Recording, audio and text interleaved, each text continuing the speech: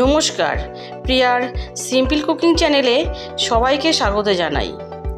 আজকে আমি আপনাদের সঙ্গে শেয়ার করছি ঝিঙে আর আলু দিয়ে, তিল আর পোস্ত দিয়ে ঝিঙে আলু পোস্ত বা তিল আলু ঝিঙে পোস্ত। চলুন তাহলে আমরা রেসিপিটা শুরু করি। রেসিপিটা করার জন্য এখানে আমি নিয়েছি তিল, নিয়েছি 2 চামচ, আর পোস্ত নিয়েছি 1.5 চামচ, আর নিয়েছি একটা কাঁচা লঙ্কা আর একটা পাকা লঙ্কা। এটাকে আমি জল দিয়ে একটা মিহি পেস্ট তৈরি করে নেব। এদিকে নিয়েছি আমি আলু আর ঝিঙে। আলুটাকে আমি ছোট করে ডুমো করে কেটে নিয়েছি, আর ঝিঙেটাকেও একটু বড় করে কেটে নিয়েছি। ঠিক এভাবে আমি ঝিঙে আর আলুটাকে কেটে নিয়েছি। এবার একটা কড়াই বসিয়েছি। কড়াইটা গরম হয়ে গেলে কড়াইয়ের মধ্যে আমি দিয়ে দেব সর্ষের তেল। এবার তেলটাকে একটু গরম হতে দেব।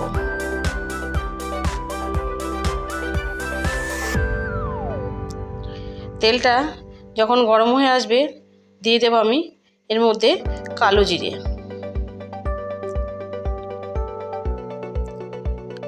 কালো জিরেটাকে আমি কয়েক সেকেন্ড তেলের মধ্যে ভেজে নেব।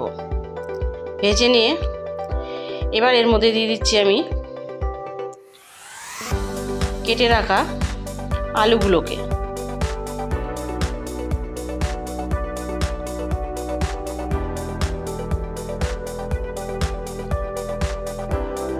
আলুগুলো সব দিয়ে দিলাম।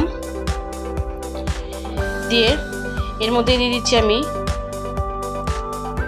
নুন আর সামান্য একটু হলুদ। নুন হলুদ দিয়ে এবার আলুটাকে আমি একটু ভেজে নেব। ভেজে নিয়ে ঢাকা দিয়ে দেব, আর গ্যাসটাকে একটু কমিয়ে রাখবো। এবার ঢাকা খুলে মাঝখানে আমি ঝিঙেটাকে অ্যাড করে দিয়েছিলাম, সেই ক্লিপটা আমার তোলা হয়নি। ঝিঙেটা দিয়ে আলুর সাথে ভালো করে মিশিয়ে নিয়েছি, নিয়ে আবারও ঢেকে দিয়েছি। ঢাকা খুলে ঝিঙে আর আলুটাকে কিছুক্ষণ আমি একটু নাড়াচাড়া করে নেব। ঝিঙেটা যখন একটু নাড়াচাড়া করা হয়ে যাবে এর মধ্যে দিয়ে দেবো আমি আরও একটু নুন। নুনটা দিয়ে আবারও ভালো করে ঝিঙের সাথে আলুর সাথে মিশিয়ে নেব।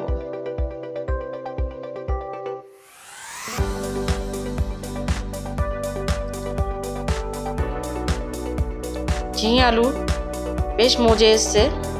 এবারে আমি এর মধ্যে দিয়ে দিচ্ছি তিল, পোস্ত আর লঙ্কার পেস্টটা দিয়ে 5 মিনিট মতন এটাকে আমি ভালো করে কষিয়ে নেব।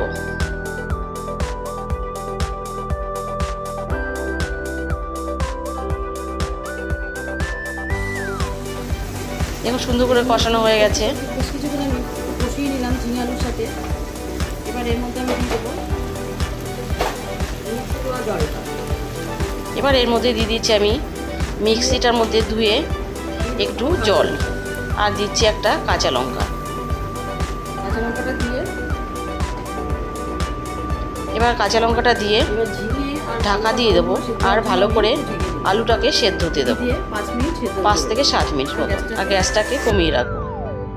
5 থেকে 7 মিনিট পর ঢাকা খুলে দেখুন ঝিঙেটাও সুন্দরভাবে সিদ্ধ হয়ে গেছে।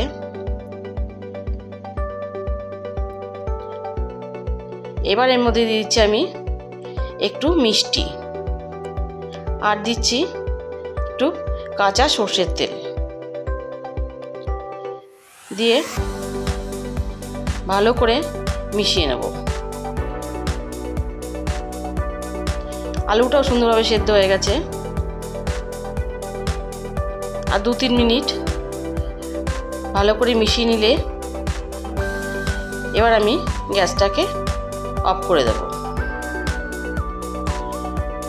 তৈরি হয়ে গেল আমার ঝিঙে আলু দিয়ে পোস্ত দিয়ে তিল দিয়ে ঝিঙে, তিল, আলু পোস্ত। এবার আমি একটা সার্ভিং বলে সার্ভ করে দিচ্ছি।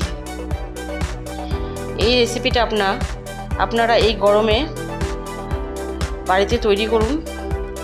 গরম ভাতের সাথে খেতে খুবই সুস্বাদু লাগবে। কেমন লাগলো আমার আজকের রেসিপি অবশ্যই জানাবেন। ভালো লাগলে লাইক করবেন, আর আমার চ্যানেলটি যারা প্রথম দেখছেন তারা অবশ্যই চ্যানেলটিকে সাবস্ক্রাইব করে আমার পাশে থাকবেন। সুস্থ থাকবেন, ভালো থাকবেন। ধন্যবাদ।